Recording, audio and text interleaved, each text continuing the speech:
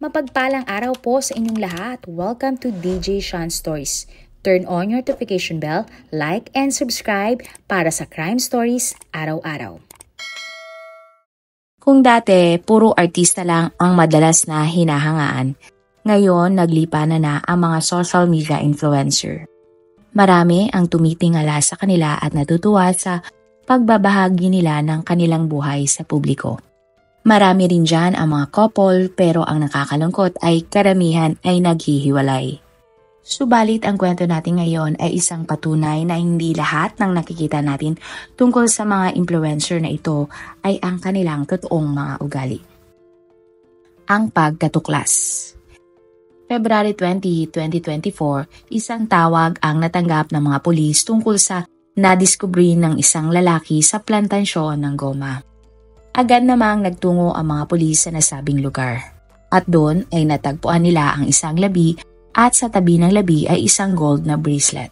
Maya-maya pa dahil sa bracelet, nakumpirmahan ng mga pulis na ang labi ay ang babaeng nawawalang si Camille. Bakit iyon sinapit ni Camille at sino ang taong may gawa ng krimen sa kanya? Ang babaeng biktima ay kinilalang si Chonlanda Muchowong o Camille, 27 years old. Si Camille ay nagmula sa Chiang Mai, Thailand. Noon pa man, mahilig na si Camille na mag-post sa iba't ibang social media site tulad ng TikTok. Doon ay ibinabahagi niya sa maraming tao ang araw-araw niyang buhay, paglalakbay at mga adventure na sinasalihan. Taong 2021 nang makilala ni Camille ang isang lalaki na si Richai Rokchong o Ryan, 33 years old. Si Ryan naman ay isang dealer ng iba't ibang klase ng sasakyan. Si Ryan ay may marangyang buhay noon pa man. Palagi siyang nagpupunta sa iba't ibang lugar, nagpa-party o hindi naman kaya ay nakasakay sa iba't ibang mamahaling sasakyan.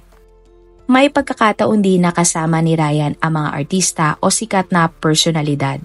Makikita sa mga social media account ni Ryan na ito ay may magarbong pamumuhay. Nang magkakilala, naging malapit na magkaibigan sina Camille at Ryan. Kalaunan, nahulog na nga ang loob nila sa isa't isa at nagkaroon ng relasyon ilang buwan lang matapos nilang magkakilala. Unti-unti na rin naging social media influencer si Camille at Ryan. Lagi nilang pinopost ang kanilang mga date at makikita sa dalawa na mahal nila ang isa't isa. Makalipas ang isang taon, nabuntis ni Ryan si Camille. Kaya naman nagpakasal sila ng taong June 23, 2022. Masayang-masaya si Camille dahil sa wakas ay magkakaroon na siya ng sariling pamilya. December 2022 nang ipinanganak ni Camille ang anak nila ni Ryan na isang babae. Dito naramdaman ni Camille na buo na ang kanyang pagkatao. Naging laman din ng post ng mag-asawa ang kanilang anak. Mapapansin din na kaagapay ni Camille si Ryan sa pag-aalaga sa bata. Kahit na ganun, hindi naman nakalimutan ni Ryan na i-date ang kanyang asawa. Bukod doon, lagi pa rin niyang binibigyan ng mamahaling regalo ito. Makikita sa kanilang post na labis ang pagmamahal nila sa isa't isa. Madalas din silang magpunta sa iba't ibang mga lugar para magbanding. Mayroon ding pagkakataon na dinadalaw ng mag-asawa ang pamilya ni Ryan. Kung pagbabasehan nga ang mga post ng mag-asawa, masasabing sila ay perpektong pamilya. Dagdag pa dyan ang magara nilang pamumuhay. Subalit sa likod pala ng kamera, ang relasyon nila ay puno ng takot at away. May pagkakataon kasi na kapag nagkakaroon ng pagtatalo si Camille at Ryan na pagbubuhatan ng kamay ng lalaki ang kanyang asawa. Nakunan pa nga ng CCTV ang isang pagkakataon na nag-away sina Camille at Ryan malapit sa isang elevator. Ang pangyayari. February 18, 2024, idinaos ang birthday ni Ryan. Kasama niya ang kanyang mag-ina na kumain sa isang restaurant. Nandun din ang kanilang malalapit na kaibigan. Masaya ang naging party. Matapos kumain ay nag-inuman pa ang lahat. Nag-post din si Camille ng pasasalamat sa mga umaten sa party ni Ryan. Bandang alauna na ng madaling araw nang matapos ang party, kaya naman umuwi na sina Ryan at Camille. Parehong nakainom ang mag-asawa at sa loob ng kanilang sasakyan nagsimula ang isang pag-aaway. Ayon kay Camille, bakit kailangang imbitahin ni Ryan ang kanyang ex-girlfriend? Nagalit naman si Ryan dahil hindi na daw dapat pinakikialaman ni Camille ang mga taong gusto niyang imbitahan sa kanyang selebrasyon. Binanggit din ni Camille na sila ay marami na palang utang na kailangang bayaran. Kaya para sa kanya, hindi na dapat nagpa-party pa si Ryan at tinipid na lang sana nila ang pera. Makikita naman sa CCTV ang kotse na mag-asawa habang binabaybay nito ang daan pa uwi. Bigla na lang inihinto ni Ryan ang kotse at pinababa ang kanyang asawa. Bandang 1:50 ng madaling araw, makikita sa CCTV na ilang beses sinakta ni Ryan si Camille. Bukod doon, isang matigas na bagay din ang pinukpok ng lalaki sa kanyang asawa. Maya-maya pa, naupo ang dalawa sa tila isang waiting shed. Sumunod, makikita na isang lalaki ang dumaan sa tapat ng mag-asawa. Hindi naman pinansin ng lalaki si Camille at Ryan. Akala kasi ng lalaki, lasing si Camille at inaalalayan siya ni Ryan. Nang nakalagpas na ang lalaki, dinala ni Ryan si Camille sa loob ng kotse at umuwi. Subalit hindi pa pala doon natapos ang lahat. Nang nakarating na sa kanilang bahay, ipinagpatuloy ni Ryan ang masamang balak niya sa kanyang asawa. Sa bahay ay sinaktan pa din niya si Camille. At makalipas lang ang ilang oras, tuluyan nang binawian ng buhay si Camille. Nang mga oras na iyon, hindi alam ni Ryan ang gagawin niya. Kaya nang umaga ng February 19, isinakay niya ang labi ng kanyang asawa sa puting sasakyan kasama ang isang maleta. Mapapansin sa CCTV na tila tinatakpan ng tuwalya ni Ryan ang isang parte ng harapan ng kotse. Bukod doon, nakita din sa CCTV na dumaan siya sa isang gasoline station. Makalipas ang isang oras, narating na ni Ryan ang isang plantasyon ng goma. Isang oras siyang nanatili doon habang humihingi ng tawad sa labi ni Camille dahil sa mali niyang nagawa. Sa masukal na parte ay iniwan ni Ryan si Camille katabi ng maleta na kanyang inapuyan. At pagkatapos ng lahat, umuwi si Ryan sa kanilang bahay na parang walang nangyari. Ang pagkawala. February 19, isang social media post ang ginawa ng kaibigan ni Camille. Ayon sa post, si Camille ay huli pang nakontak ng February 18. Hindi umano iyon pangkaraniwan sa babae dahil laging hawak nito ang kanyang cellphone lalo na siya ay isang influencer. Sa post, sinabi din ng babae na ang huling suot na damit ni Camille ay isang black and white na dress. Sa kabilang banda naman, alas 11 ng umaga na nagpunta si Ryan sa police station para mag-file ng missing person report. Ito ay para sa asawa niya si Camille na hindi pa umuwi simula ng madaling araw. Agad na kinuhanan ng statement ng mga pulis ang lalaki. Ayon kay Ryan, nang pauwi na silang mag-asawa, isang away ang sumiklab sa pagitan nilang dalawa. Nagalit umano si Camille at pinahinto ang sasakyan sa gitna ng kalsada. Nang inihinto na ni Ryan sa tabi ang kotse, bumaba umano si Camille at naglakad palayo. Sinundan naman ni Ryan ang asawa, kinausap ito at pinasakay muli sa kotse. Ngunit hindi nahinto ang away ng mag-asawa at muli na namang bumaba ng sasakyan si Camille. Dagdag pa ni Ryan, malapit na daw sila noon sa kanilang bahay.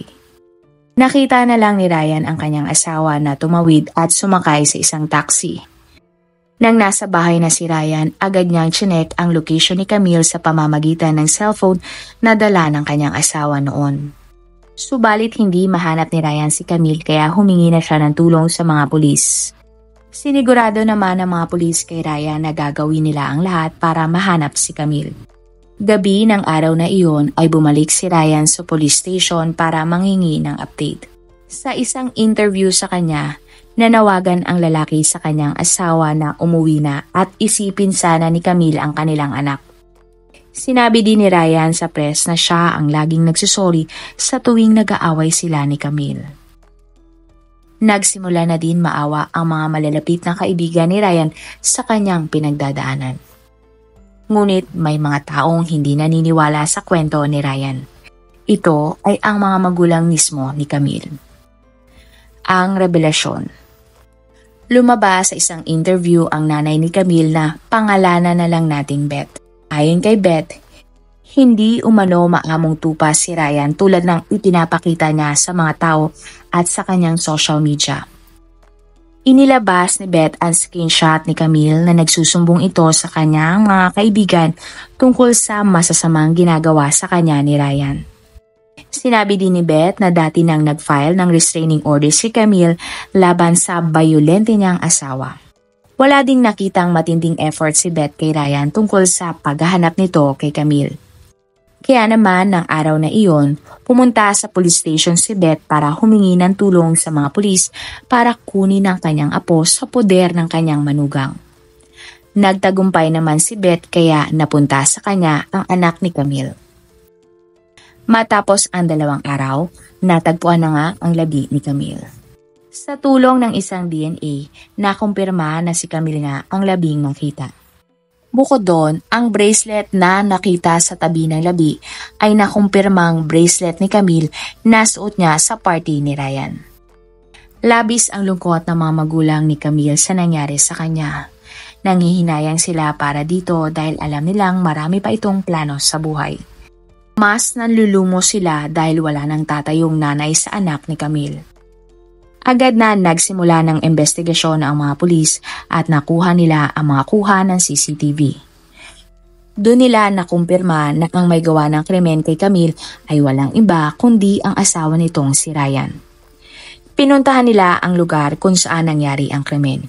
Nakita nila doon ang mga bakas ng dugo na kumpirmadong kay Camille. Kaya naman ng February 21, inaresto si Ryan ng mga pulis.